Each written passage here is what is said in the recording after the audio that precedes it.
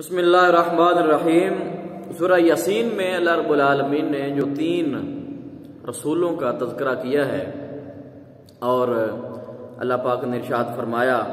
کہ ہم نے بستی والوں کی طرف 2 رسول بھیجے اور انہوں نے ان دونوں کو جھٹلایا، پھر ہم نے تیسرا رسول بھیجا، اور 22ویں سپارے کی جو آخری آیا کریمہ ہے جس میں ایک شخص کا ذکر کیا گیا ہے کہ جو بستی کے ایک کونے سے آخری کونے سے دوڑتا ہوا آیا، آخری 2 آیات اسی کے متعلق ہیں۔ فرمایا وَجَاءَ مِنْ أَقْصَى الْمَدِينَةِ رَجُلٌ يَسْعَىٰ قَالَ يَا قَوْمِ اتَّبِعُوا الْمُرْسَلِينَ، اور شہر کے آخری کنارے سے ایک مرد دوڑتا ہوا آیا اور اس نے کہا کہ اے میری قوم، تم رسولوں کی پیروی کرو، اتَّبِعُوا مَن لَا يَسْأَلُكُمْ أَجْرًا وَهُم مُهْتَدُونَ،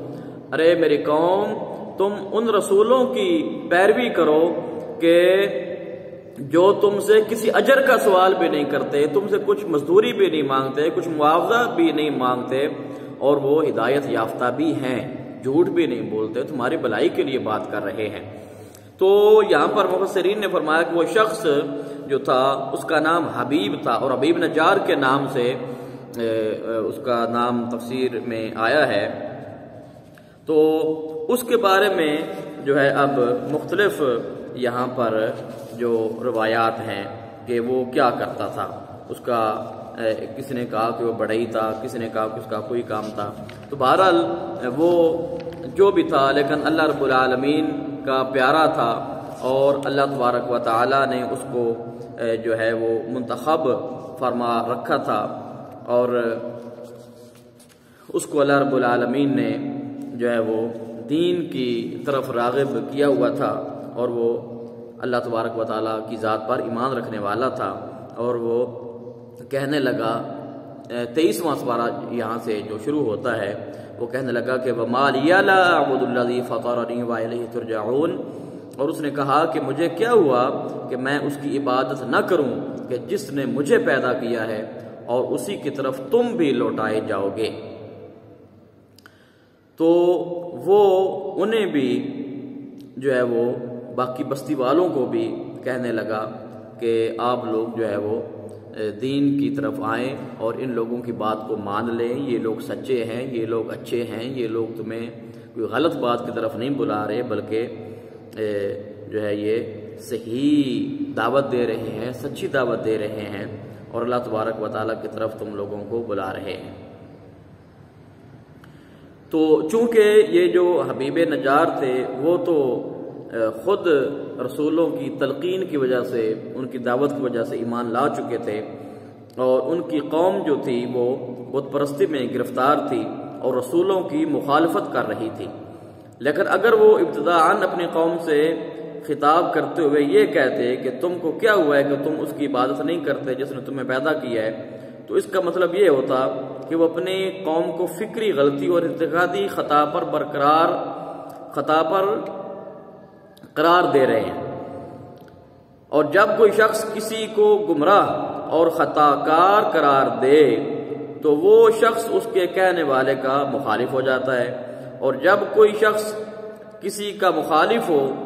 تو وہ اس کی باتوں کو توجہ اور غور سے نہیں سنتا، یعنی کہ انہوں نے وہ قوم کو یہ نہیں کہا کہ آپ لوگ گمراہ ہیں یا آپ یہ ہیں یا آپ وہ ہیں، تو اس نے بات جو ہے وہ یعنی کہ اپنے اس طریقے سے کی تاکہ لوگ جو ہیں وہ ایمان لے آئیں اور اس کی بات کو جو ہے وہ مان لیں۔ تو اللہ رب العالمین کی توحید کا وہ اقرار کرنے والا تھا، اور اس نے ان لوگوں کو بھی توحید کی دعوت دی۔ تو اس نے اپنے بارے میں بھی یہ اظہار کیا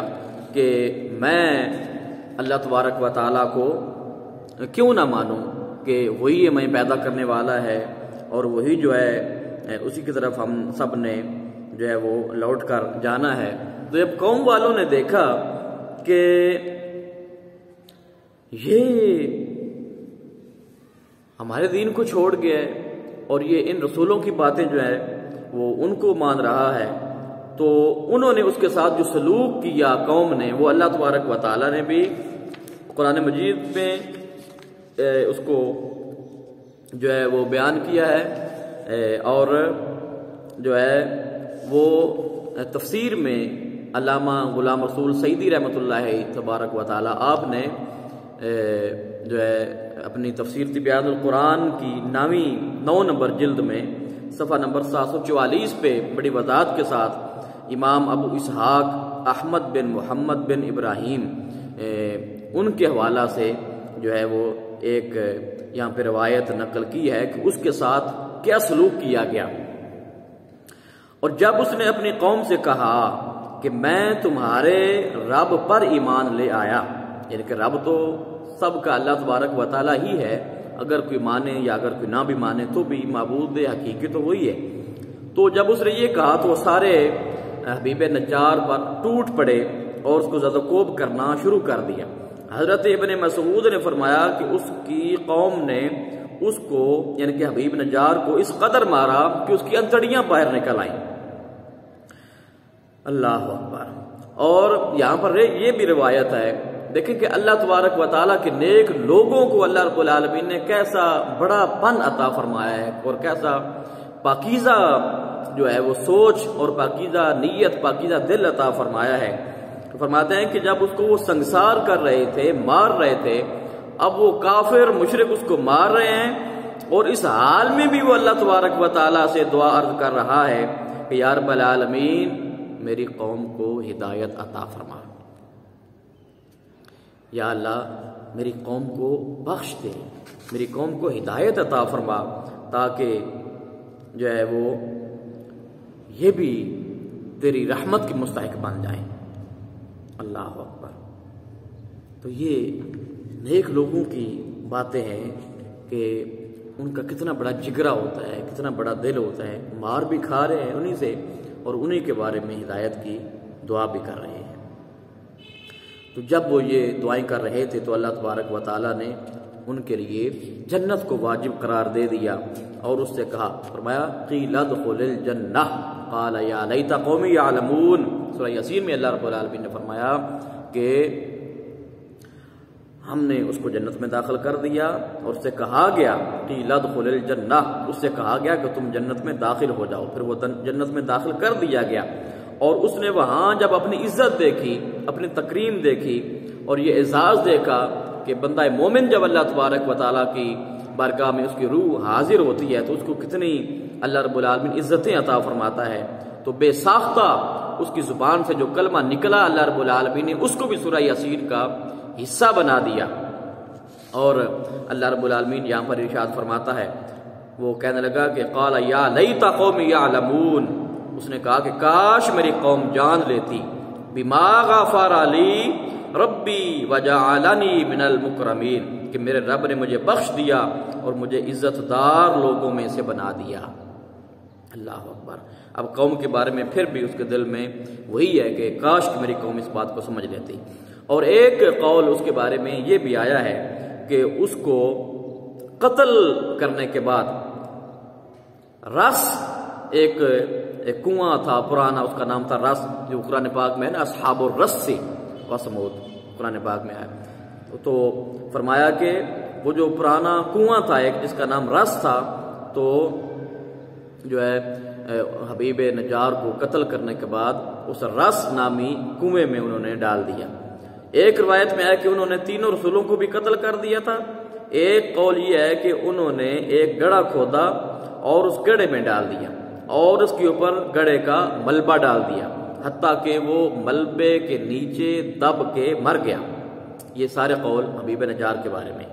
ایک قول یہ ہے کہ انہوں نے اس کو آری سے چیر ڈالا، اللہ اکبر، آری کے ساتھ اس کو چیر دیا جس طرح لکڑیوں کو چیرا جاتا ہے، اور اس کی روح اس کے جسم سے نکلتے ہی جنت میں داخل ہوگی۔ اللہ رب العالمین نے اس کو اتنا پروٹوکول عطا فرمایا۔ اللہ اکبر،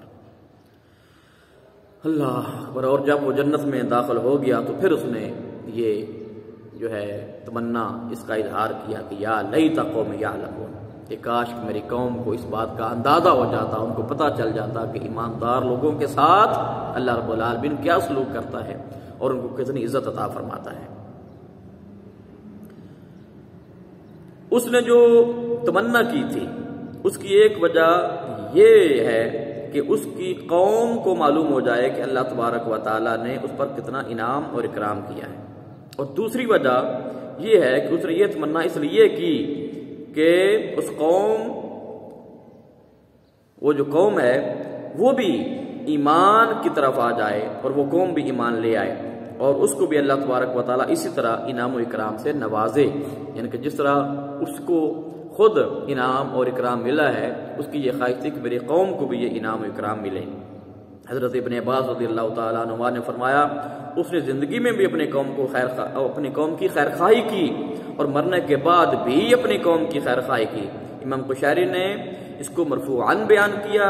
اور کہا ہے کہ نبی کریم صلی اللہ تعالیٰ علیہ وآلہ وبارک وسلم نے اس آیت کی تفسیر میں فرمایا اس نے اپنی زندگی میں بھی اپنی قوم کی خیر خواہی کی اور مرنے کے بعد بھی اپنی قوم کی خیر خواہی کی۔ تو یہ ہوتے ہیں نیک لوگ، اچھے لوگ، اور ان لوگوں کا تذکرہ اور ذکر جو ہے اللہ رب العالمین نے قرآن مجید فرقان حمید میں ہمیشہ کے لیے محفوظ کر دیا، اور جب تک لوگ قرآن مجید کی تلاوت کرتے رہیں گے ان نیک لوگوں کا تذکرہ، نیک لوگوں کا ذکر جو ہے یہ باقی رہے گا۔ اللہ پاک ہمیں اعمال صالحہ کی توفیق عطا فرمائے، آمین۔